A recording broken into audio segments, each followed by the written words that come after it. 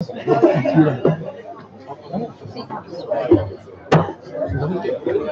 estamos para arrancar.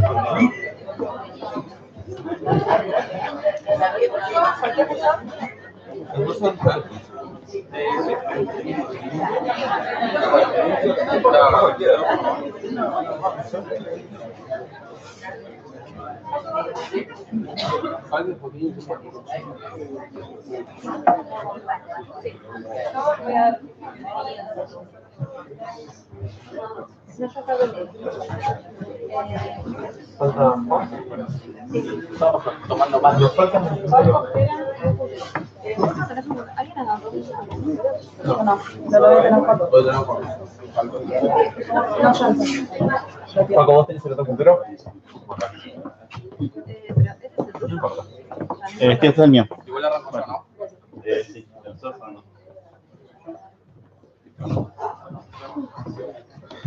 Buen día, bienvenidos a todo el mundo. Muchas gracias por estar aquí un sábado de la mañana lluvioso. Obviamente el evento vale la pena. Esta es una presentación de la Cátedra de Proyecto Final para Ingeniería Civil. Es la primera presentación de los que trabajaron durante el semestre pasado. Queremos agradecer a la gente del laboratorio del Departamento de Hidráulica, al ingeniero Licia en particular, que nos brinda este hermoso lugar, que le da un marco adecuado a esta presentación. En particular, dentro de la ingeniería civil hay una gran cantidad de especialidades. Afortunadamente, esa es una de las características más interesantes que tiene la ingeniería civil. Y en particular, lo que vamos a ver hoy es un aprovechamiento hidroeléctrico, que tiene también que ver con la hidráulica y con estructuras y con muchísimas cosas. Van a ver que el proyecto se desarrolla tocando varios temas. Esa es la finalidad o el sesgo, la característica que tratamos de darle dentro de nuestra cátedra a estos proyectos. Y otra característica importante es el trabajo en equipo, que hemos tratado de que se desarrolle así, creo que lo han logrado, con las fricciones y los puntos de conflicto eventualmente que han tenido a lo largo de todo un semestre, pero lo que van a ver ahora es el producto final y van a ver que es de muy buena calidad. Los dejo como en la presentación.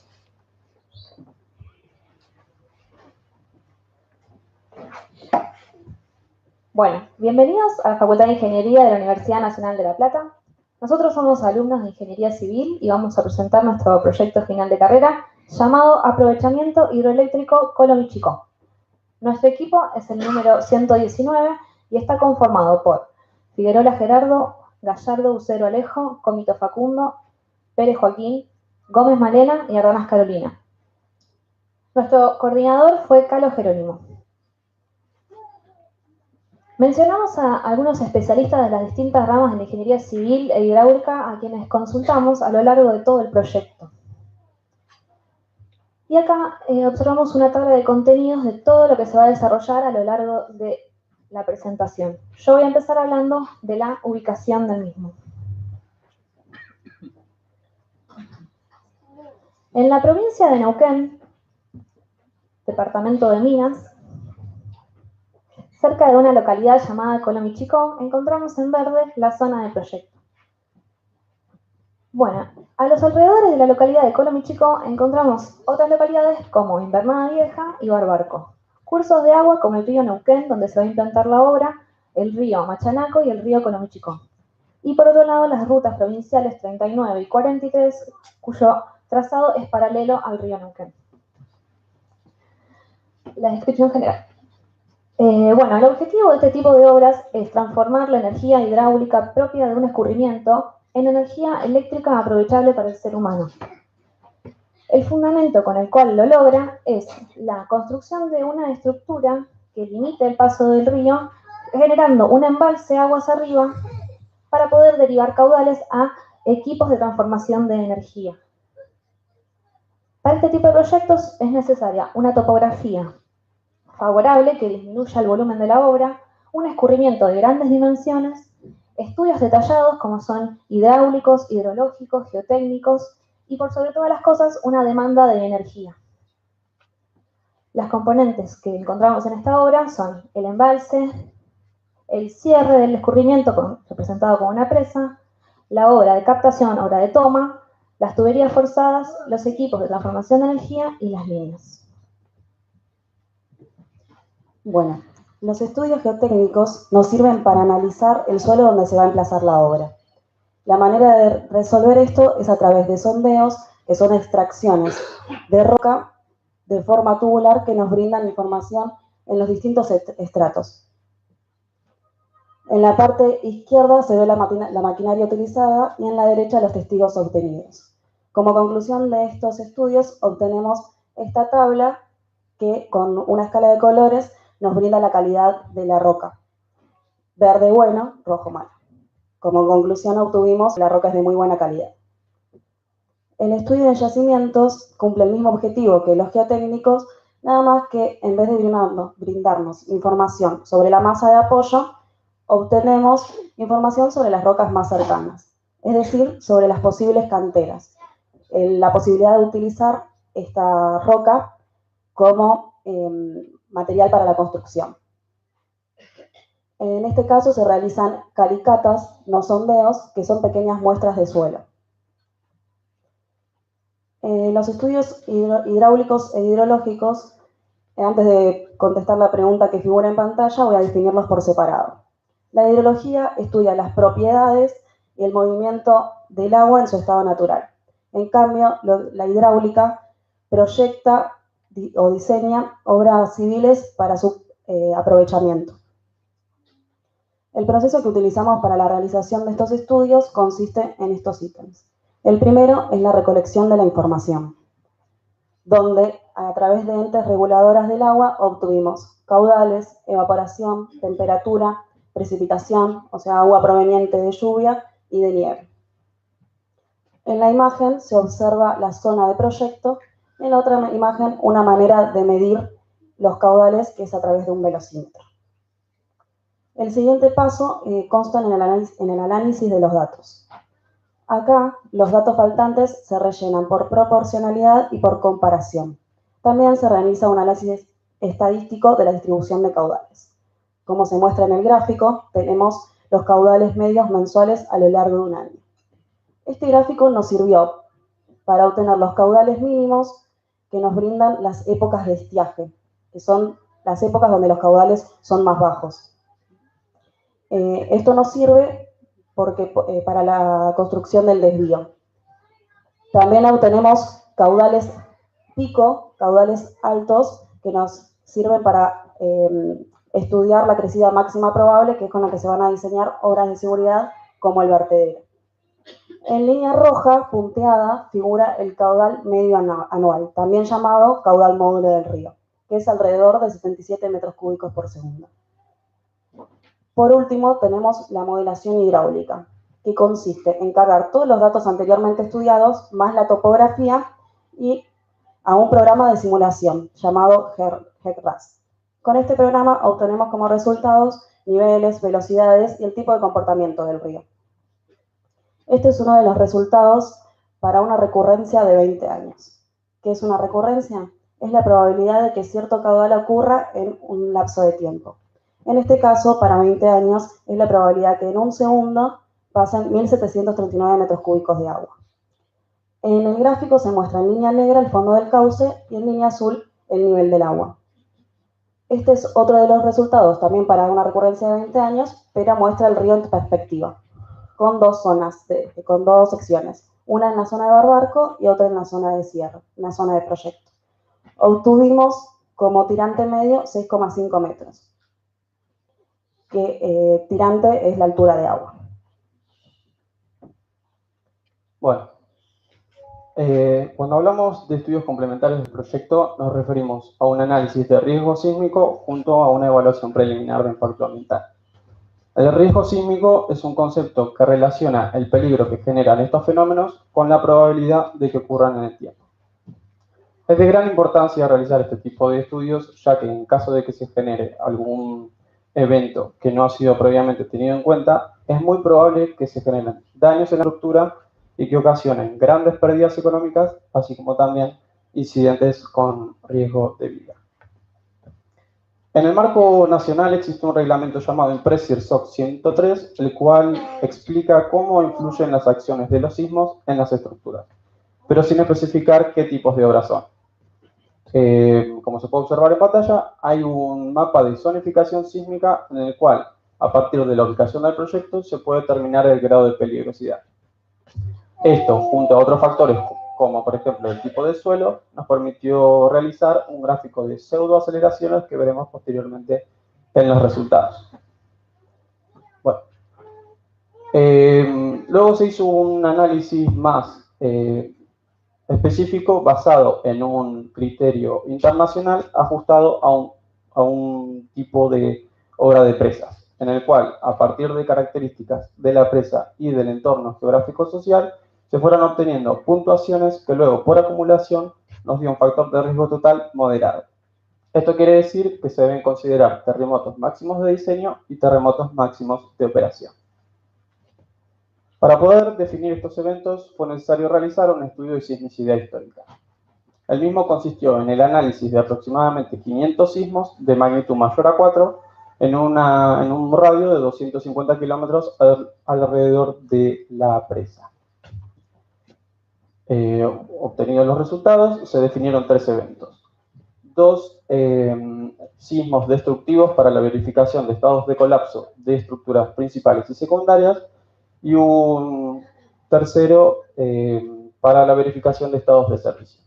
Los mismos pudieron ser graficados gracias a una herramienta brindada por la Universidad de California. Por último, comparando los resultados obtenidos de nuestros parámetros de diseño con los del reglamento, llegamos a la conclusión de que al estar un gráfico dentro del otro, los eventos son representativos, y esto quiere decir que pueden ser utilizados para el diseño de la presa. Siguiendo con los estudios complementarios, es el turno de la evaluación del impacto ambiental. El impacto ambiental es el efecto que genera la actividad humana en el medio ambiente. Y esto puede ser tanto positivo como negativo. Lo primero que realizamos fue analizar el área de influencia del proyecto dentro del medio natural, diferenciando qué factores serían afectados y clasificándolos en componentes bióticos, abióticos y socioeconómicos. Una vez definidos, lo que se realizó fue una identificación de impactos a partir de las actividades que se realizan en cada etapa del proyecto. El mismo está compuesto de 4 etapas. Una etapa previa de estudios preliminares, en donde no se desarrollan mayores actividades que generen impacto, pero sí, más que nada, inquietudes a escala social. Una segunda etapa de obra, en donde se realiza la mayor cantidad de actividades que generan el impacto. Una tercera etapa de operación y una última etapa de abandono que no fue tenida en cuenta, ya que la vida útil del proyecto se consideró prolongada. Una vez realizado esto, lo que se hizo fue buscar la forma de poder mitigar, atenuar o potenciar los efectos, ya sean positivos o negativos, de las mismas en el medio ambiente. Todo lo anterior fue realizado dentro de un marco legal formado por leyes nacionales y provinciales encargadas de proteger al medio ambiente. Bien, para empezar, en la filmina que está en pantalla se puede ver un listado de las obras que constan en el proyecto. Yo voy a empezar hablando de lo que vendría a ser el camino de conexión, que en sí es una de las primeras tareas a realizar en la obra. ¿Por qué es necesario un camino? Si recordamos un poco la ubicación del proyecto, podemos ver cómo las rutas no llegan hacia la zona donde se realizan las tareas.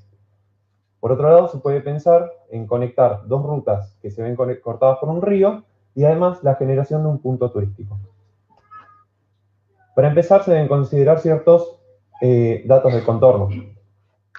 Por un lado, tenemos 2 rutas que se encuentran en 2 puntos muy elevados en la topografía, y por otro lado, tenemos el cruce del río, que es por la altura de la presa, que es un punto muy bajo. En función de eso, definimos criterios para el diseño del camino. En definitiva, la idea es que la rasante se adopte lo más posible al terreno natural. La rasante vendría a ser la elevación del eje del camino. Por otro lado, la pendiente máxima del camino será del 8%, teniendo mucho cuidado de que no se den tramos muy prolongados, porque los camiones que traten de subir por estas pendientes pierden su potencia. Por otro lado, la velocidad máxima de diseño es de 40 km/h, y además las curvas que se diseñen deben ofrecer un buen confort visibilidad y ser estéticamente aceptables. En las siguientes filminas les voy a mostrar los 3 tipos de secciones que se presentan durante el camino. La sección tipo desmonte, que es cuando la rasante se encuentra por debajo del terreno natural. La sección tipo terraplén, que es cuando cuando la rasante se encuentra por encima del terreno natural.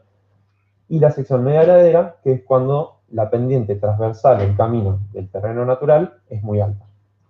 Por otro lado, muestro lo que vendría a ser el paquete estructural. El paquete estructural es el diseño del espesor del camino.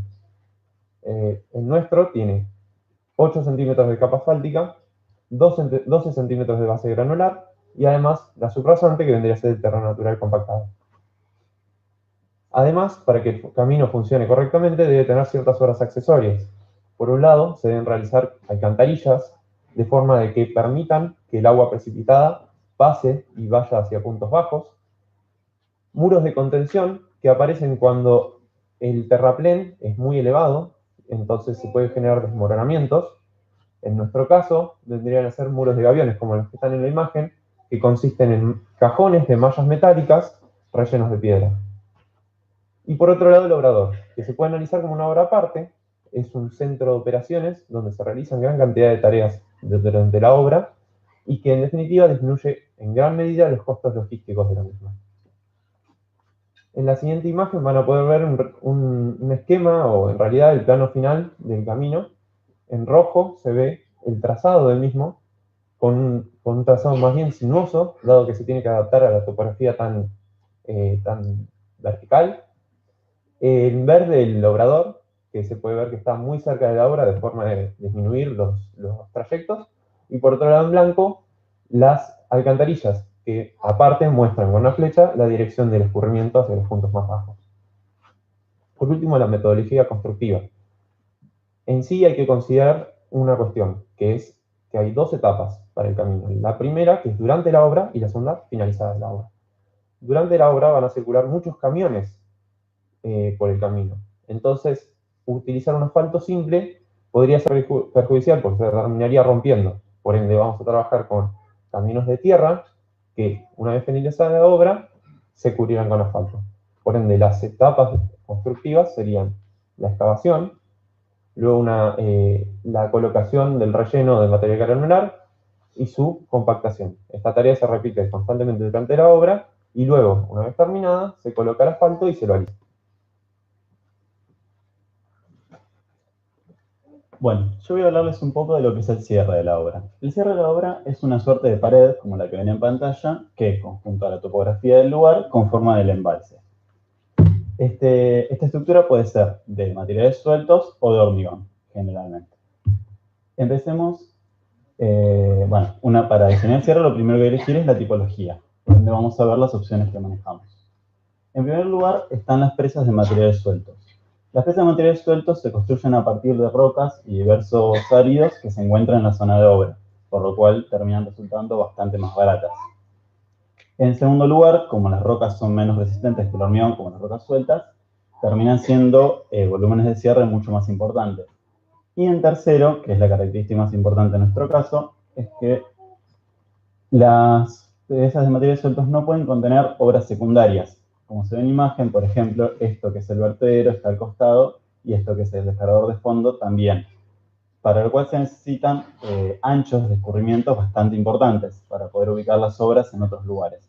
Como no era nuestro caso, pasamos a analizar la posibilidad de hacer una presa de hormigón. Hay 2 tipos bastante fundamentales de presa de hormigón. Las que resisten por forma, que acá tenemos el ejemplo en la Hoover Dam de Arizona, que el principio de funcionamiento es que generando un arco transmiten el empuje que hace el agua que está aguas arriba hacia la roca de apoyo. Para esto se necesita una roca muy buena que resista el empuje y por otro lado una geometría tal que permita desarrollar el arco. Como se ve acá en la imagen, es mucho más alta que ancha. Como tampoco era el caso en nuestra topografía o no era lo deseable, pasamos al tercer tipo, que son las presas de gravedad. Son las más versátiles, no le piden tanta resistencia a la roca, si bien demandan no tanto como las presas en arco, y pueden contener obras secundarias, como vemos acá en el ejemplo de Piedra del Águila Neuquén. Estas presas tienen un principio de funcionamiento, como su nombre indica, por gravedad. resisten a partir de la fricción que genera la interacción hormigón-roca en su base para poder así resistir el empuje que hace el agua del embalse y eventualmente algún sismo. Una vez elegida la tipología, se pasa al diseño. Para el diseño tenemos un punto de partida muy importante que es cuánta energía nosotros queremos generar. Si prestan atención, nosotros generamos energía a partir de pasar agua a presión. Esa presión está dada por la altura del embalse, entonces si nosotros sabemos cuánta energía queremos generar, tenemos la altura del embalse, que en nuestro caso fueron 57 metros. El otro dato es la pendiente, que no es un dato, pero sí tenemos algo tentativo, que es la sismicidad de la zona. Uno, para sismicidades más importantes, usa pendientes más tendidas para que la presa sea más estable, y cuando no está la sismicidad, no es tan importante. Como nosotros teníamos sismicidad moderada, elegimos una pendiente de 1 en 1,5. Teniendo pendiente de altura, teníamos el ancho de base, y finalmente, sin fundamentos teóricos, pero sí técnicos, elegimos 10 metros de ancho de coronamiento, que es esa línea que ven allá arriba. Haciendo la línea por abajo, tenemos un perfil típico de presa de gravedad. Una vez hecho esto, hacemos el análisis estructural para verificar que el diseño que acabamos de hacer resista. En primer lugar, hay que ver las acciones que van a estar solicitando nuestra presa. Tenemos el empuje hidrostático, que hace el embalse, la subpresión, que es una fuerza que hace el agua levantando la presa al tener escurrimientos agua hacia arriba y agua hacia abajo, y el sismo, que en nuestro caso lo tomamos en cuenta como una fuerza dada sobre el centro de gravedad del cierre. Acá tenemos una animación de cómo funcionaría la presa con un sismo. Obviamente está fuera de escala, se rompería si se mueve tanto.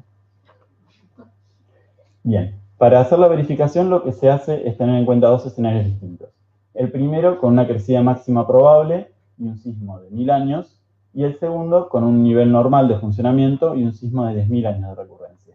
Esto se verifica en la base y en una cuña que descubrimos gracias a los estudios geotécnicos que mencionamos antes. El análisis estructural consiste en verificar que la fuerza resistente, o sea, la máxima fuerza de fricción que nos puede dar la interacción hormigón-roca, sea por lo menos un 50% mayor que las solicitaciones. Bueno, el desvío del río consiste en cambiarle la trayectoria al mismo para lograr un recinto cerrado y seco y así poder construir la presa en ese lugar. Se plantea un eje que es el siguiente y el primer punto es una elección de las alternativas. Se proponen dos alternativas que son un canal a superficie libre y un túnel a presión. En el caso del canal a superficie libre, que es esta imagen de acá, lo que se hace es excavar un canal y con la ayuda de una taguilla, que es como una presa provisoria o un terraplén, se deja este lugar seco para poder construir la obra. En la imagen de abajo se puede ver una etapa real de un desvío. La otra opción es un túnel a presión, en el cual se excava el túnel y luego al construir estas dos ataguillas, el agua se embalsa en este lugar y se transporta hacia aguas abajo. En la imagen de abajo se puede ver un proceso de la construcción del túnel. Finalmente se hace un análisis técnico-económico en el cual se tienen en cuenta las distintas complicaciones espaciales y la manipulación de la dinamita para la excavación en roca. También se tienen en cuenta las distintas excavaciones en túnel y en canal, ya sean en roca o en suelo, y la construcción de las ataguillas. Todo esto está contabilizado como volumen. Finalmente, se opta por una opción de desvío en canal, del tipo de canal, en dos etapas. La primera etapa se parte de la topografía del lugar, en este caso el escurrimiento es de izquierda a derecha, y se proyecta la obra para una crecida de 20 años. Finalmente, la primera etapa del desvío queda de esta manera. Este es el canal excavado, antes el agua circulaba por este lugar, y esta es la ataguilla que impide que ingrese agua al plano de fundación. En este caso se va a construir aproximadamente la mitad de la presa, que se dividió en partes llamados módulos. En este caso se va a construir el módulo de la obra de toma, la sala de máquinas, el módulo del descargador de fondo y un muro de contención. Estos dos últimos sirven como base para la segunda etapa del desvío. Finalmente, en la imagen 3D se puede apreciar el canal este que está excavado, antes el agua circulaba por este lugar, y la ataguilla que impide que el agua ingrese a este sector donde se va a construir esa parte de la presa. La metodología constructiva se utiliza principalmente voladura para la roca y retroexcavadora para el material fluvial. Y comienza con la excavación del canal. Una vez que a medida que se va excavando el canal, se va extrayendo el material y se va colocando en este sector de la taída. Luego lo que se hace es abrir este sector aguas abajo, este sector aguas arriba, y el agua ya comienza a circular por el canal. El segundo paso es terminar de construir la taída. La misma se construye con materiales del lugar, ya sean rocas y suelos, y debe poseer un 20% de suelo fino para impermeabilizar la misma. Y finalmente se excava el sector de la fundación. La segunda parte del desvío quedaría finalmente de esta manera, donde se puede ver la presa que se construyó en la primera parte, la sala de máquinas, y este es el muro de fundación, el muro de contención. Sobre el mismo van a apoyar esta taguilla y esta, generando un plano de fundación que no se inunde. En este caso, el agua va a circular por el módulo del descargador de fondo, que se va a dejar abierto para que pueda circular el agua. Y se van a construir el módulo del vertedero en esta etapa y se va a terminar de construir el módulo del descargador de fondo. Finalmente, la presa en esta parte quedaría de esta manera. El agua que viene de abajo hacia arriba se desvía por este sector, que es el módulo del descargador de fondo, y se va a construir esta parte de la presa. Esta parte se había construido en la primera etapa. La metodología constructiva, nuevamente se utiliza voladura para la roca y retroexcavadora para el material fluvial, y comienza con la remoción o eliminación de la taída que estaba de la primera etapa. Una vez que se elimina la taída esta, el agua comienza a circular por el módulo del descargador de fondo. Luego se procede a construir estas dos ataguillas y finalmente se excava el plano de fundación donde se va a construir la otra parte de la presa. Bueno, no sé si se habrá entendido, pero el embalse es una especie de lago, ¿cierto? El agua está quieta y a presión atmosférica, para luego pasar por tuberías forzadas que hacen funcionar las turbinas.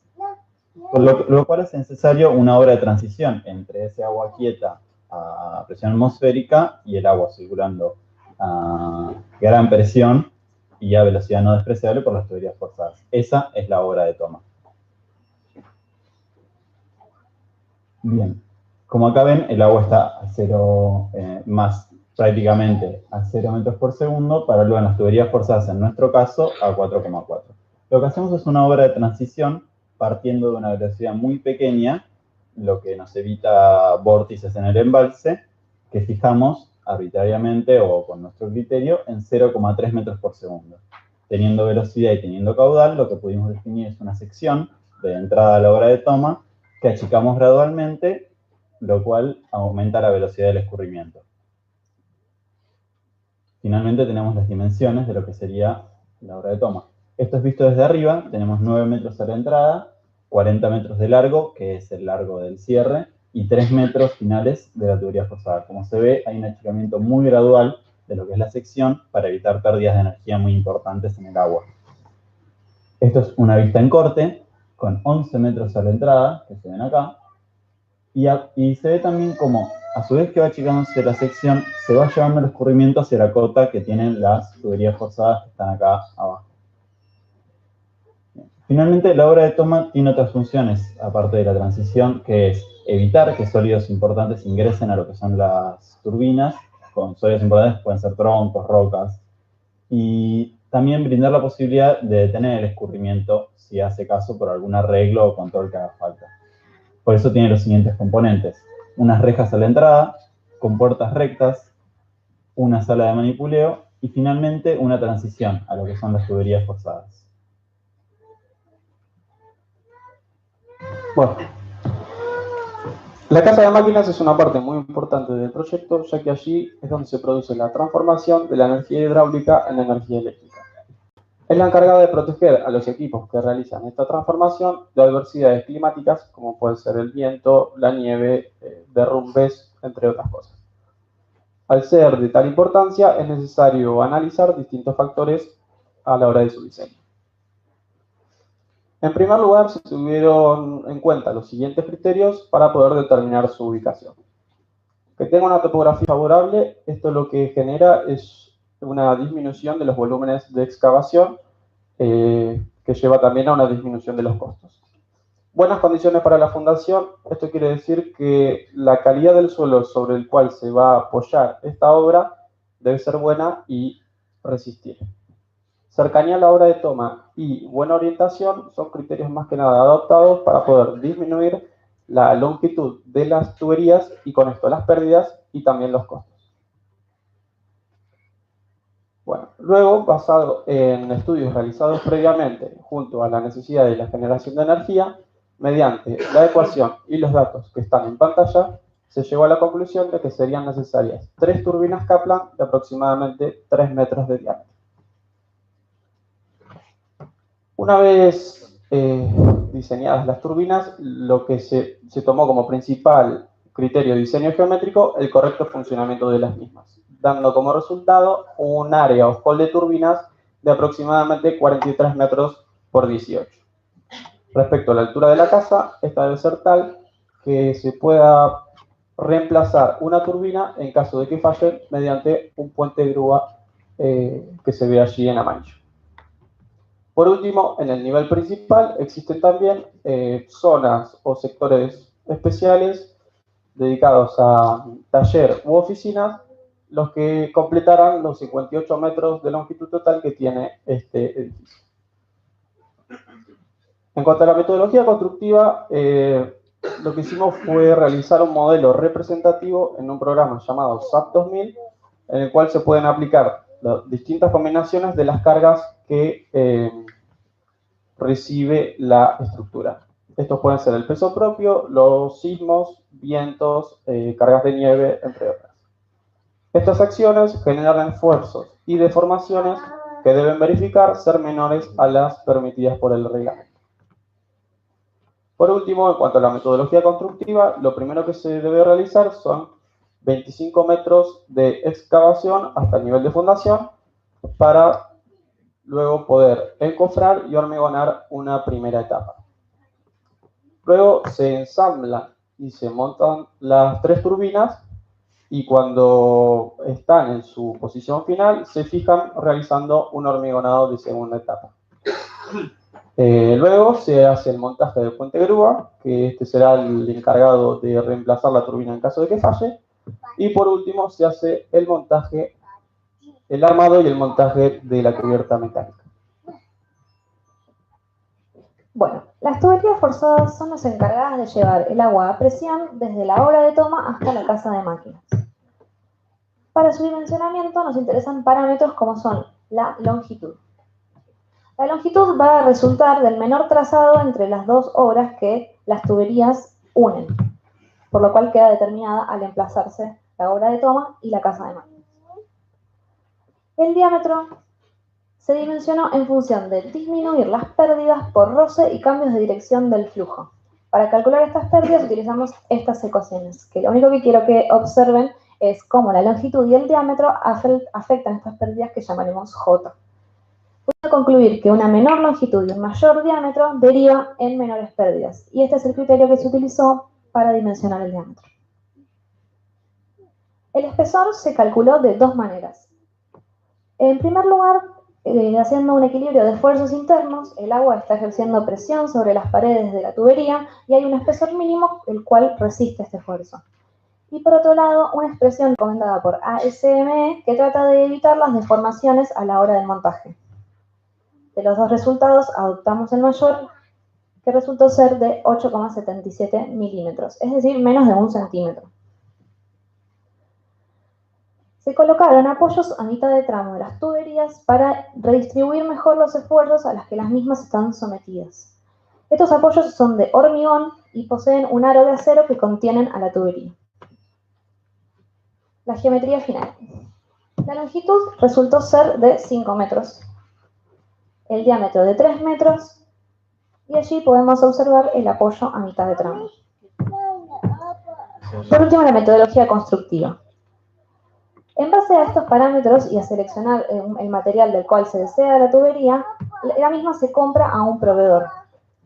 Se transporta por camiones especiales, dadas sus grandes dimensiones, hasta la zona de obra, El montaje se realiza con grúas sobre los apoyos previamente colocados y la unión con la parte saliente de la obra de toma se realiza a través de una brida abulonada como la que se esquematiza en pantalla. Bien. ¿Qué pasa si la presa se llena? En definitiva, nada. Es una condición de operación bastante habitual en las obras de este tipo. Ahora, el problema es si el agua la supera. Que una obra de este tipo falle puede resultar en una catástrofe inminente. Por ende, se desarrollan elementos y protocolos de seguridad como vendría a ser el vertedero y la disipación. Estos se encargan de tomar los excedentes de agua que se dan arriba en la presa y llevarlos hacia el cauce natural. Para el diseño de los mismos hay que tener en cuenta 3 parámetros fundamentales. La capacidad de almacenamiento de agua que tiene el embalse cuando se lo lleva a su límite, la cantidad de agua que llega durante la crecida máxima de diseño, que esta corresponde a un periodo de 10.000 años, y además cuál es el nivel máximo que se puede llevar el agua sin inundar otras localidades. Para dar una dimensión de las magnitudes que estamos hablando, los comparamos con valores habituales. Por ejemplo, la capacidad del embalse es de 58 hectómetros cúbicos. Esto equivale a llenar 313 veces la cancha de River. Por otro lado, la crecida de diseño es de 4.680 metros cúbicos por segundo. Esto es equivalente a que llegue el agua de 3 cataratas del Iguazú. Todo en el mismo momento. Por otro lado, la tipología se define entre 2 opciones. Un vertedero a superficie libre, como es el que está a la izquierda, o un vertedero con compuertas, que es el de la derecha. El primero tiene un funcionamiento automático. Una vez que el agua llega hasta el nivel de la cresta del vertedero, el agua empieza a salir. Por otro lado, el vertedero con compuertas se opera manualmente.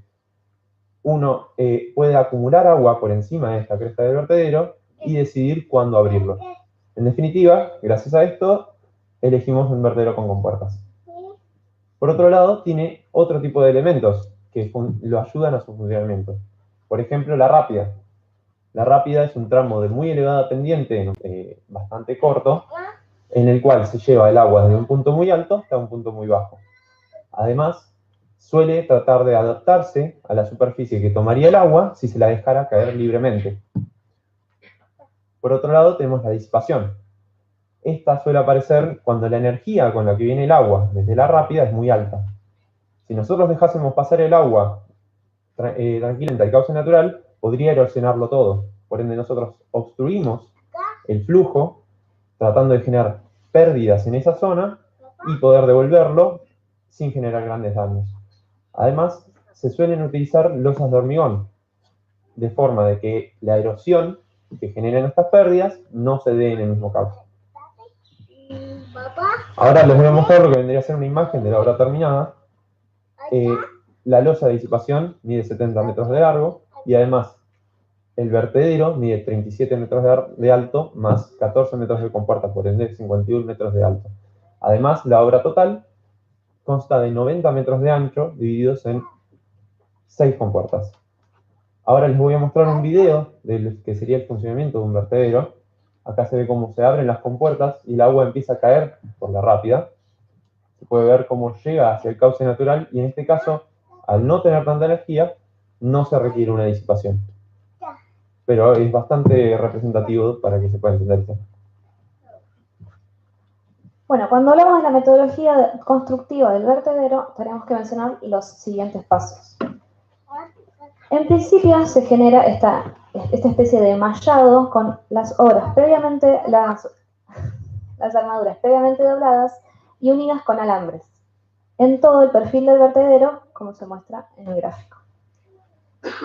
Los encofrados son los moldes que dan forma y contienen el hormigón, mientras el mismo pasa de estado fresco a sólido, a endurecido. En nuestro caso utilizamos encofrados de madera. La construcción de drenes. Los drenes van a disminuir los esfuerzos de subpresión sobre la losa de disipación. Para su construcción se excava una especie de zanja longitudinal, la cual se rellena con material permeable para luego cubrirse con un material impermeable como puede ser el plástico, y encima se hormigona normalmente la losa de disipación. Para el montaje de compuertas, este se realiza desde el puente grúa, como se observa. Se llevan hasta la posición entre las pilas, desciende la compuerta y los obreros las montan y ponen en funcionamiento. Bueno, lo que voy a mencionar del hormigonado es válido también para la obra de toma y el descargador de fondo. Al adquirir resistencia, el hormigón libera grandes cantidades de calor que pueden afectarlo, generarle fisuras y esto dañar el funcionamiento a largo plazo de la obra. Para evitar este problema, se realizan hormigonados por módulos, por bloques de menor dimensión, ya que menos volumen de hormigón equivale a menos calor. Bueno, ¿cómo va a ser la secuencia de hormigonado del vertedero? Viene el camión. Para que vean la dimensión del camión, en realidad es esta. Primero se hormigonan las pilas y luego se alternan estos bloques que mencioné hasta llegar al lugar de colocación de compuertas. La losa de disipación va a seguir la misma metodología constructiva luego de realizados los drenes. Bueno, para unir lo que serían los dos tramos de camino que llegan a la presa, a su vez que para poder manipular las compuertas del vertedero, como dijimos anteriormente, se hace necesaria la construcción de un puente carretero y de un puente grúa. Lo primero a definir para la hora de hacer un puente es la tipología que le vamos a dar. En nuestro caso, lo que decidimos fue hacer vigas premoldeadas de hormigón pretensado. Que las vigas sean premoldeadas significa que se hacen en taller, en lugar de en obra, en encofrados como los que se ve en imagen, para luego ser trasladadas a la obra en la forma terminada que ven en el centro. Esto lo elegimos de modo de no tener que hormigonar vigas in situ por encima de los vanos del vertedero, lo cual iba a resultar complejo. Y en segundo lugar, son pretensadas, como ven en la imagen de abajo, que significa que tienen cables que lo que hacen es precomprimir las zonas que luego se traccionarán para evitar que éstas se fisuren y pierdan rigidez. Esto se hace necesario cuando la distancia entre los apoyos de un puente es muy importante. Una vez definida la tipología, se pasa al diseño y análisis estructural. Esto consiste, en primer lugar, en definir una geometría de sección con la que vamos a trabajar. Lo que se hace es partir de una sección tipo para este tipo de vigas y se le da una altura que tiene que ver con la distancia entre los apoyos que tiene el puente. En segundo lugar, esa geometría que elegimos la modelamos en un modelo de cálculo con el mismo programa que usamos para la casa de máquinas. Lo que se hace es dibujar el puente y cargarlo con las caras que tendrá en su uso. En el caso del puente carretero va a ser la losa de circulación, el asfalto y la aplanadora, y en el caso del puente grúa va a ser el pórtico y una de las compuertas. Si todo esto resulta bien, el puente funciona correctamente y las deformaciones son admisibles, lo que se hace es extraer del mismo modelo las tensiones con las que trabaja la sección. Y con eso se calculan y se adoptan las armaduras que se ven en pantalla. Finalmente tenemos la geometría final del puente, con lo que serían 10 metros de ancho del puente carretero, 12 del puente grúa y 5 metros 2 para poder levantar las compuertas del vertedero. Acá tenemos una imagen de lo que son los apoyos de una de las ménsulas que sale de los vanos del vertedero, donde apoyan las vigas son estas del puente. Bien, y finalmente la metodología constructiva de este tipo de puentes es simplemente colocar las vigas ya hechas en taller por encima de los apoyos para luego hormigonarles lo que es la losa. Bien, el descargador de fondo es un aliviadero que funciona como un órgano de desagüe para poder modificar los niveles del embalse y hacer algún arreglo. Otra función del mismo es dejar pasar el caudal ecológico, el cual es el caudal mínimo para que se conserven las condiciones naturales del río. Y otra tercera función es la de limpiar el fondo del embalse de sedimentos. El diseño del mismo va a estar inmerso dentro de la propia presa, similar a la imagen que se ve acá. Esta se puede apreciar una salida del descargador de fondo. Y el criterio de dimensionamiento es el de poder vaciar las 2/3 partes del embalse en 30 días. Para lograr eso, lo que se debe dejar pasar o dejar salir es un caudal de 16 metros cúbicos por segundo. A su vez, el otro caudal que hay que dejar pasar o erogar es el caudal ecológico, que es de 7,8 metros cúbicos. Otro factor a tener en cuenta en los cálculos es la longitud del mismo, la cual es de 40 metros y está impuesta por la geometría de la presa. Finalmente, se lleva a la conclusión de que el descargador de fondo debe ser una tubería de acero de 1,5 metros de diámetro. La geometría del mismo, en la imagen de la izquierda, se puede ver un corte donde se aprecia el ingreso al descargador de fondo, una compuerta de cierre para cerrar y generar algún arreglo, el descargador de fondo, que es la tubería esta, y una válvula de salida. En la imagen de la derecha se puede ver la ubicación del descargador de fondo en la presa. La metodología constructiva se puede ver en la imagen superior una vista de la presa y en la imagen de abajo a la izquierda un corte. Este sector que se ve acá son dos sectores huecos que se utilizaban para el desvío. Y lo que se ve en azul son dos compuertas. Lo que se hace es bajar una compuerta y hormigonar este sector, que sería este de acá, embebiendo en el hormigón la tubería del descargador de fondo. Luego se baja la otra compuerta y se hormigona el segundo sector, que es toda esta parte toda llena. Finalmente queda la obra totalmente cerrada con el descargador de fondo embebido en el hormigón. Por otro lado, se debe instalar a la salida del mismo una válvula que regule la salida, o sea, una llave mariposa para regular el caudal. Es una válvula cónica que en la imagen de la derecha se puede ver en funcionamiento. No se duerman que ya terminamos. El cómputo y presupuesto es la herramienta principal para la organización de la obra, tanto logística como económicamente hablando. El primer paso para la realización del mismo consta de definir los ítems de la obra, es decir, las tareas a realizar. En imagen se muestran solo 11, pero en realidad trabajamos con 85. Como el obrador, el movimiento de suelos, el hormigón, el suministro y doblado de armaduras. El procedimiento que utilizamos para el cómputo y presupuesto consta de un análisis de precios por ítem. En este caso, se detallan los valores de los costos, de los materiales, la mano de obra y las maquinarias, de modo de determinar el costo de producir una unidad. Esta tabla se corresponde a la limpieza del terreno, donde se ve la mano de obra, los equipos, y se llega a la conclusión de que se necesita 93 pesos para limpiar 1 metro cuadrado de terreno. Esto se realiza con el resto de los 84 ítems. El cómputo. Este es el cálculo que determina el valor o medida de algo. A modo de ejemplo, muestra la losa de disipación que necesita 22.500 metros cúbicos de hormigón, que equivaldría a llenar 6 piletas olímpicas. El hormigón que se necesita para toda la obra equivaldría a llenar 39 piletas olímpicas. El presupuesto. Este es el cálculo anticipado del costo de la obra. Y en la imagen se muestra el gráfico de tortas, donde voy a hablar de los porcentajes de incidencia más relevantes. ¿Qué es el porcentaje de incidencia? Es el costo de realizar la tarea con respecto al costo total. Por ejemplo, para el hormigón, el hormigón del núcleo, se necesita un 12% del costo total, para la carrera de montaje de turbinas un 13% y para las compuertas del vertedero un 16%. El 58% restante lo conforman los otros 82 ítems. Sé que no se ve nada en la tabla, pero ahí están todas las tareas que se van a realizar, ahí están los 85 ítems.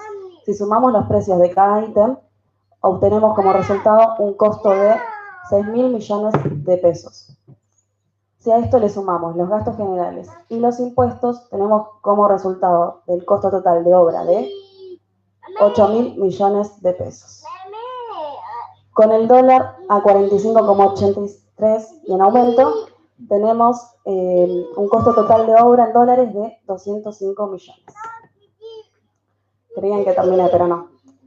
El plan de inversiones. Este detalla específicamente los plazos de la obra y se determina realizando un plan de trabajos donde a cada tarea se le asigna una duración y se obtiene el plazo total de obra, que en nuestro caso fue de 4 años y 2 meses.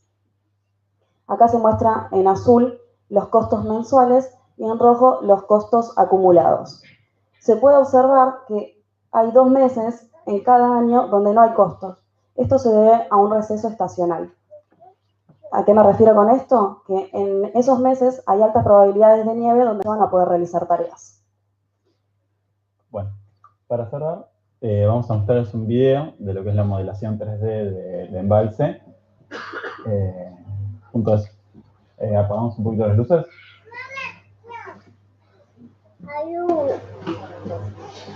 La música no fue elegida de manera unánime.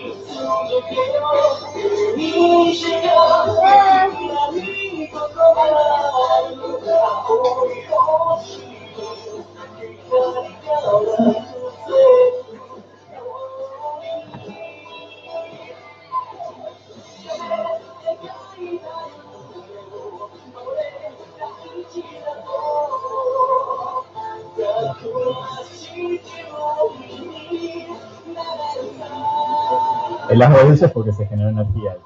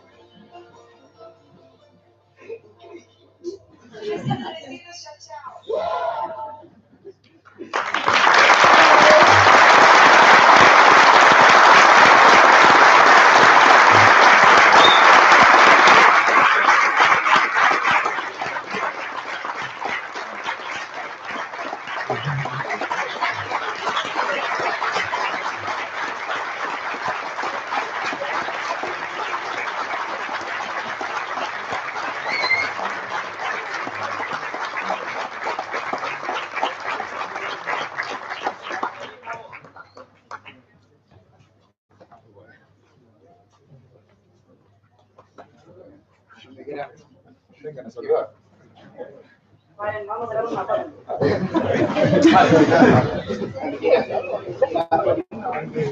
Ahí.